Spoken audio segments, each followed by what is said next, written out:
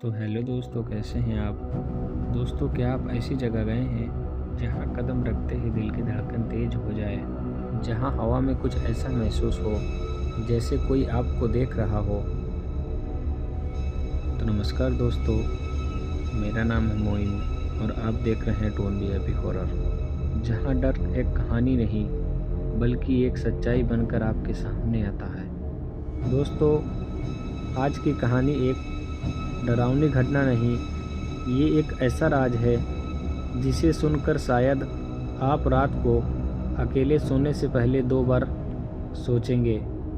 एक सुनसान हवेली जो दर्शकों से वीरान थी, लेकिन फिर भी वहाँ कुछ ऐसा था जो जिंदा था।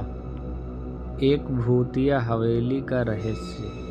दोस्तों, साल 1985 की गर्मियों की एक उमस भरी रात थी। बिहार के बेगूसराय ज़िले के एक छोटे से गांव में रहने वाला रवि हमेशा से लीडर था, लेकिन उसके दोस्त हमेशा उसको चिढ़ाते थे कि अगर वो बहादुर है तो सच में तो उसे गांव के बाहरी इलाके में बनी भूतिया हवेली में जाकर दिखाए। इस हवेली को लेकर कई डरावनी कहानियाँ प्रसिद्ध थी। लोग कहते हैं वहाँ रात को अजीब आवाज़ें आती हैं, परछाइयाँ दिखती हैं, और जो भी वहाँ गया कुछ अजीब अनुभव करके लौटा। रवि इन बातों को अफवाह मानता था, लेकिन दोस्तों की बातों से तंग आकर उसने आधी रात में हवेली जाने का फैसला किया। और फिर हवेली के अंदर रात के ठीक 12 बजे, जब पूरा गांव नींद में था, रवि अकेला उस हवेली की ओर बढ़ा। हवेली पुरानी और जर्जर हो चुकी थी। चांदनी रात में वो और भी भयानक लग रही थी। दरवाजे को हल्का से धक्का देने पर वो खुद ब खुद चरमराते हुए खुल गया। अंदर गुप्त अंधेरा था, लेकिन दीवारों पर फूल से सनी हुई तस्वीरें और फर्श पर गिरी टूटी फूटी चीज़ें साफ दिख रही थी। तभी उसकी नज़र एक पुरानी तस्वीर पर पड़ी। तस्वीर में एक वृद्ध महिला की तस्वीर थी। उसकी आंखें गहरी और भयानक थी, मानो कि वह उसे घूर रही हो। तस्वीर के चारों ओर जाले लटक रहे थे, लेकिन वह महिला का चेहरा साफ दिख रहा था। जैसे ही रवि ने उस तस्वीर को ध्यान से देखा, उसे लगा कि तस्वीर में महिला की आंखें हल्की से हिल रही हैं। तभी अचानक एक ठंडी सी हवा का झोंका उस कमरे में दौड़ पड़ा और हवेली में एक धीरे सी सर्द आवाज़ आई, तुम यहाँ क्यों आए हो। तभी वो आवाज़ सुनकर रवि के रोंगटे खड़े हो गए और उसकी सांसें तेज हो गईं और डर के मारे उसने पीछे मुड़कर देखा, लेकिन वहाँ कोई नहीं था। अचानक तस्वीर से हल्की हंसी की आवाज़ आई। अब तस्वीर की आंखें स्पष्ट रूप से हिल रही थी और ऐसा लगा कि वो महिला मुस्कुरा रही थी। और तभी रवि के पैरों के नीचे से जैसे ज़मीन खसक गई और तभी घबराकर उसने भागने की कोशिश की, लेकिन तभी दरवाज़ा खुद ब खुद बंद हो गया। मौत का साया। रवि ने हिम्मत जुटाकर दरवाजे की ओर भागा, लेकिन उसकी टांग काँप रही थी। उसने दरवाजे को पूरी ताकत से धक्का दिया और किसी तरह वो दरवाज़ा खुला। बाहर निकलते ही उसे महसूस हुआ कि हवेली के अंदर से उसके पीछे पीछे कोई आ रहा है, मगर जब उसने पीछे मुड़कर देखा तो कुछ नहीं था। पूरे रास्ते वो कांपते हुए भागता रहा। जब वो अपने गांव वापस पहुंचा तो उसकी हालत बहुत ही ख़राब थी। उसके शरीर पर ठंडे पसीने की धार बह रही थी और वो ठीक से बोल भी नहीं पा रहा था। अगली सुबह जब उसके दोस्तों ने उसे देखा तो वो सहमा हुआ था। उसने कांपते हुए अपने दोस्तों से हवेली की घटना बताई, लेकिन कोई उस पर विश्वास नहीं कर पाया। लेकिन सबसे डरावनी बात तब हुई जब कुछ दिन बाद उसी तस्वीर में औरत की मुस्कुराहट और भी चौड़ी हो गई। अब तस्वीर में उसके पीछे एक और छवि उभर आई थी जो हूबहू रवि जैसी दिख रही थी। रवि ने उस रात के बाद कभी उस हवेली का रुख नहीं किया, लेकिन गांव में ये घटना एक रहस्य बनकर रह गई। आज भी 12 जुलाई की रात को उस हवेली के पास से गुजरने वाले लोगों का कहना है किसी की फुसफुसाहट सुनाई देती है। कुछ का कहना है कि हवेली के अंदर अब भी तस्वीर में कोई और कैद हो जाता है, शायद अगला शिकार। दोस्तों, क्या तुम भी वहां जाने की हिम्मत करोगे? कमेंट बॉक्स में ज़रूर बताएं। रवि की हालत उस रात के बाद कभी पहले जैसी नहीं रही। वो चुपचाप रहने लगा, रातों को डर कर उड़ जाता और कई बार खुद से बातें करता। गांव वालों ने सोचा कि वो सदमे में है, लेकिन उसकी माँ जानती थी कि कुछ ना कुछ तो गड़बड़ है। रवि ने किसी को नहीं बताया, लेकिन उसे हर रात अजीब अजीब सपने आते।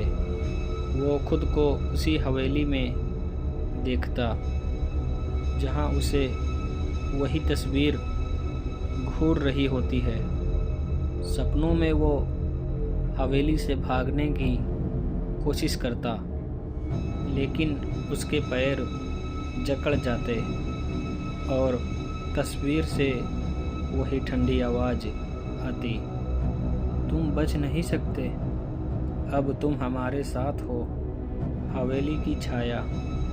रवि ने खुद को संभालने की कोशिश की, लेकिन कुछ न कुछ अजीब होता रहता।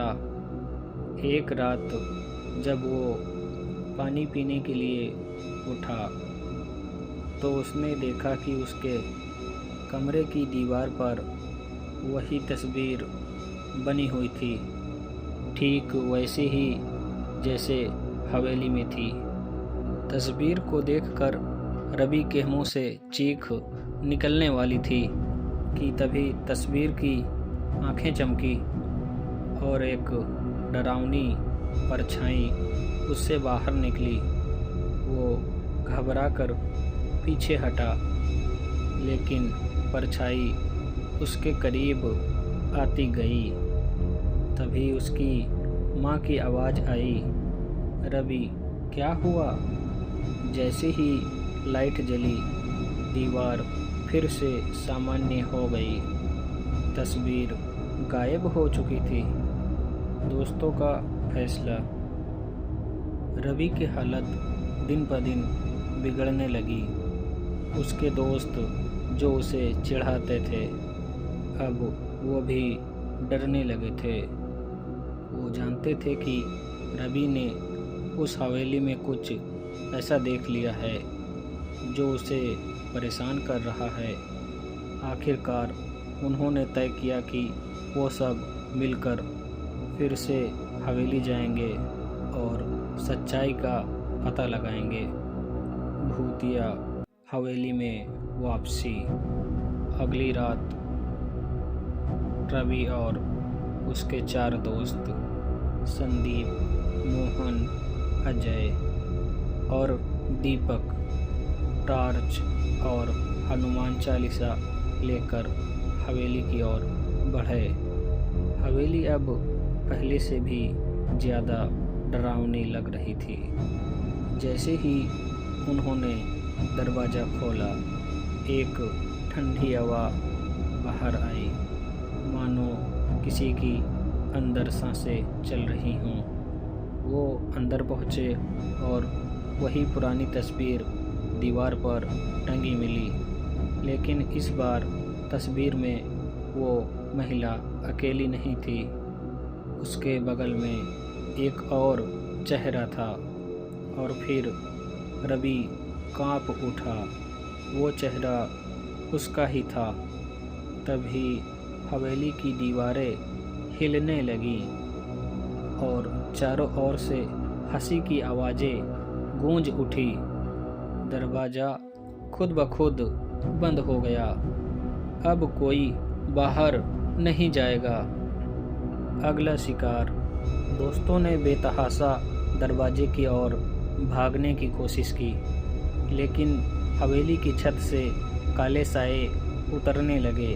संदीप ने हिम्मत करके हनुमान चालीसा पढ़नी शुरू की और तभी एक चीख हवेली में गूंज उठी।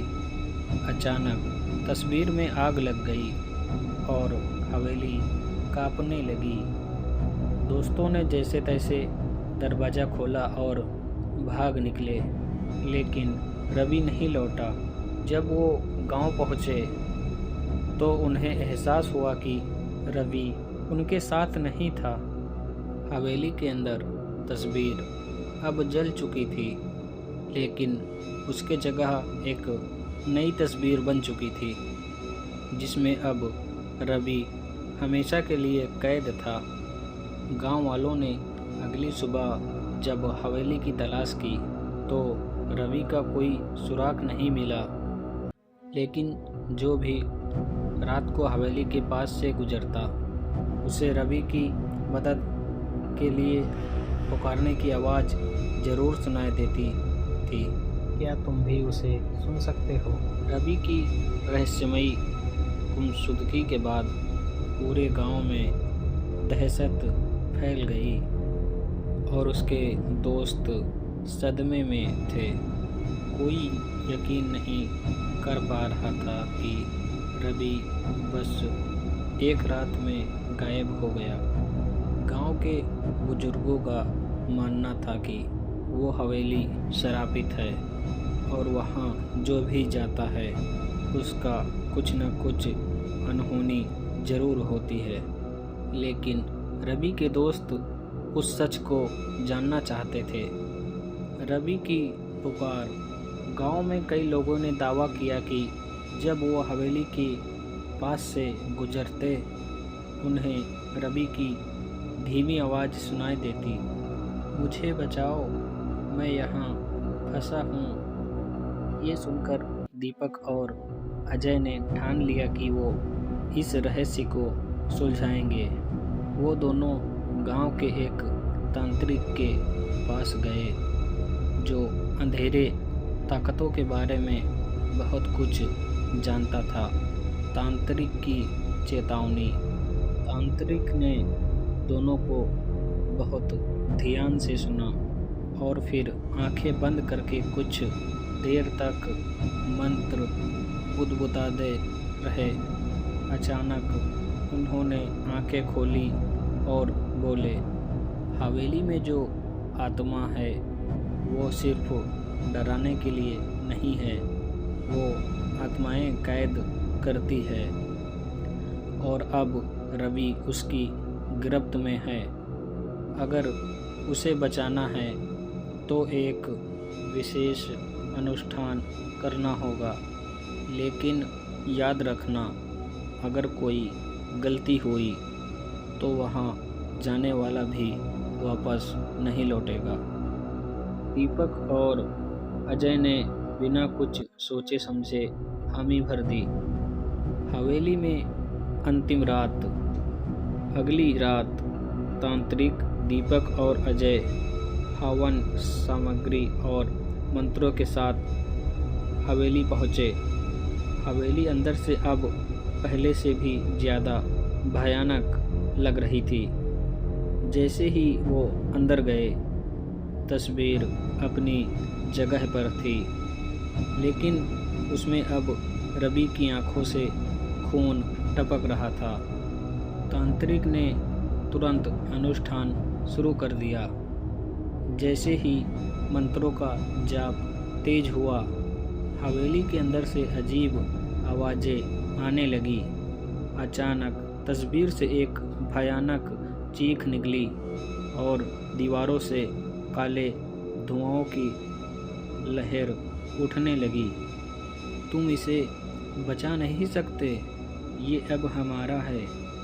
तांत्रिक ने तेजी से पवित्र भस्म तस्वीर पर छिड़की। एक जोरदार धमाका हुआ और पूरी हवेली हिल उठी।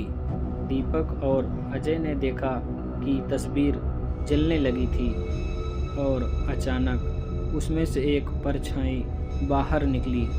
वह रवि था। रवि की वापसी या कुछ और। रवि बेहोश था लेकिन जिंदा था। जैसे ही तस्वीर पूरी तरह जल गई, हवेली की दीवारें दरकने लगी। तभी तीनों वहाँ से भागकर बाहर निकले। जब वो वहाँ से गांव लौटे तो सभी ने देखा कि रवि की सांसें चल रही थी। उसने धीरे से आंखें खोली। तभी सब खुश हो गए कि रवि वापस आ गया, लेकिन किसी को नहीं पता था कि उसकी आंखों में अब वही अजीब चमक थी। कुछ दिनों बाद गांव वालों ने महसूस किया कि रवि अब पहले जैसा नहीं था।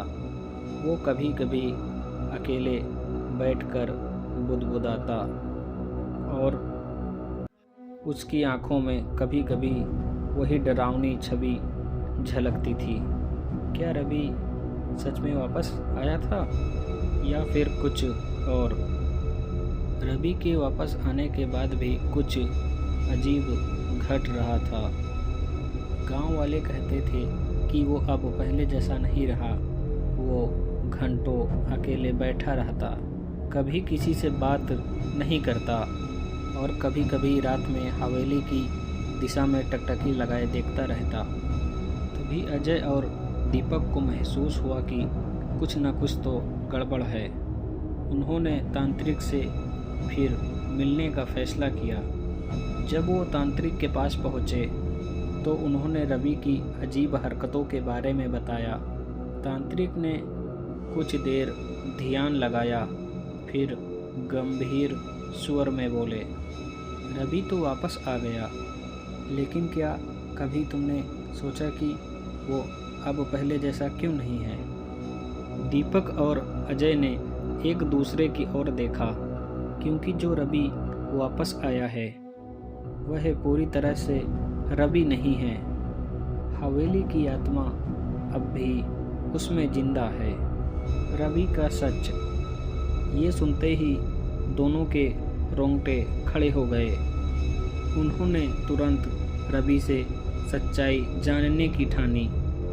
उसी रात जब रवि अपने घर में अकेला था, दीपक और अजय ने चुपचाप उसके घर में घुसे और देखा कि रवि आईने के सामने बैठा हुआ था। लेकिन जो उन्होंने देखा उससे उनकी सांसें थम गई। आईने में रवि का अक्स नहीं था। तभी रवि अचानक मुड़ा और उसकी आंखें लाल चमक रही थी। उसकी आवाज़ बदल चुकी थी। तुम लोग फिर से आए?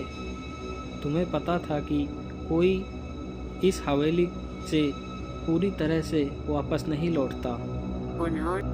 दीपक और अजय समझ गए कि उन्हें तुरंत तांत्रिक को बुलाना होगा। उन्होंने जैसे तैसे भागकर तांत्रिक को बुलाया। तांत्रिक ने आते ही मंत्र पढ़कर रवि के ऊपर भभूत फेंकी। रवि जोर से चीखा। उसकी आंखों से काली धुएं की लहरें निकलने लगी। पूरे कमरे में तेज हवाएं चलने लगी।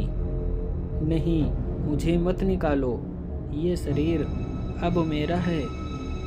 लेकिन तांत्रिक ने अपना मंत्र पढ़ना जारी रखा।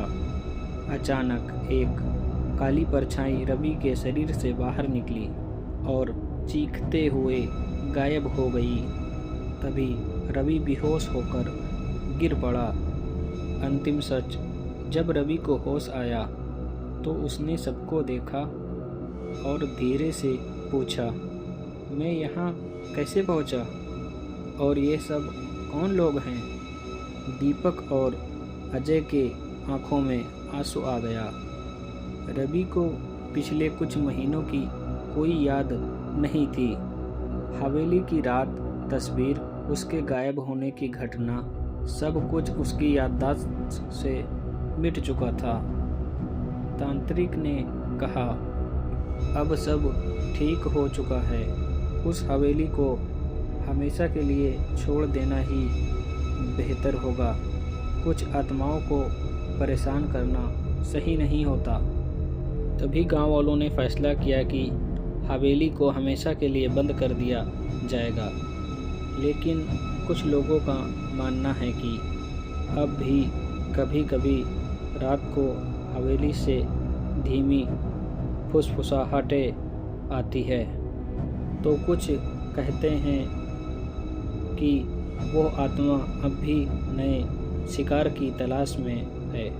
तो दोस्तों, अगर तुम भी कभी उस हवेली की तरफ जाना तो कोई तुम्हारा नाम लेके बुलाए तो पलट कर मत देखना।